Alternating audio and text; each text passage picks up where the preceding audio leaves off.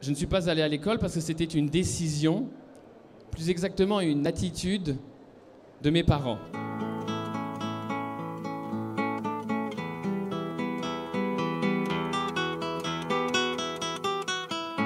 L'attitude de mes parents peut se résumer d'une manière assez simple. Ils ont toujours été très curieux et leur curiosité, c'était de se poser la question « Quel sera le prochain pas naturel dans le développement spontané, dans le cadre de la disposition spontanée de l'enfant ?» Leur question était donc « Quel sera le prochain pas naturel ?» et non « Par quelle action pédagogique de notre part nous pourrions induire un pas suivant ?» C'est ça la fin de l'éducation. C'est ne pas chercher à éduquer.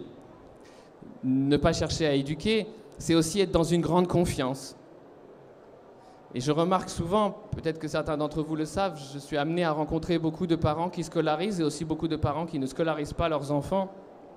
Et y compris pour ceux qui ne scolarisent pas leurs enfants, on entend souvent parler de ce souci.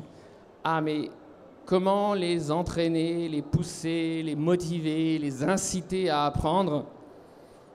J'ai lu récemment, mais comment faire pour les faire quitter le jeu et les décider enfin à moins jouer et à apprendre plus ? Et c'est très amusant parce qu'entre-temps, la neurobiologie et puis toutes les sciences ont prouvé une chose toute simple.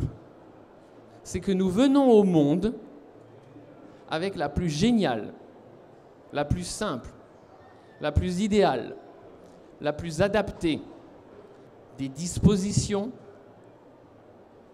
pour apprendre. C'est le jeu. Il se trouve que le jeu, c'est ce qu'il y a de mieux pour apprendre. D'ailleurs, c'est intéressant. Dès qu'on laisse un enfant en paix, où qu'il soit, quel que soit le cadre, quelles que soient les circonstances, les conditions, dès qu'on laisse un enfant tranquille, que fait-il ?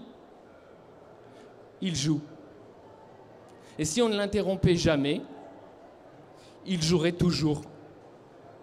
Et voyant cela, ça m'étonne toujours que personne ne se soit posé cette question toute simple. Tiens donc, mais si la première chose que l'enfant fait quand on le laisse en paix, c'est de jouer, si on ne l'interrompt pas, l'enfant joue sans jamais s'arrêter, c'est peut-être que cette activité-là a une pertinence et une importance pour l'enfant.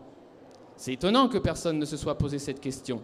C'est étonnant que tout le monde soit très zélé à interrompre cette occupation, le jeu, et la remplacer par l'apprentissage. C'est étonnant aussi que personne ne se soit posé une question amusante. Que se passerait-il si on laissait un enfant jouer toute sa vie, par exemple pendant 42 ans? Qu'en ressortirait-il? Est-ce que ce serait vraiment un sauvage analphabète, asocial, chômeur? Ben oui, parce que c'est ce que j'ai vécu. Et je ne suis ni asocial, ni analphabète, ni chômeur. Et pourtant, je continue, 42 ans après ma naissance, à jouer comme au premier jour. Alors, je plaide pour un retour du jeu et pour qu'on arrête de dégrader le jeu à une occupation tout juste bonne à remplir les loisirs. J'ai joué pendant 42 ans. Et si vous lisez ce livre, La fin de l'éducation, vous verrez que de toute manière, plus vous jouez, moins on vous enseigne, plus vous apprendrez.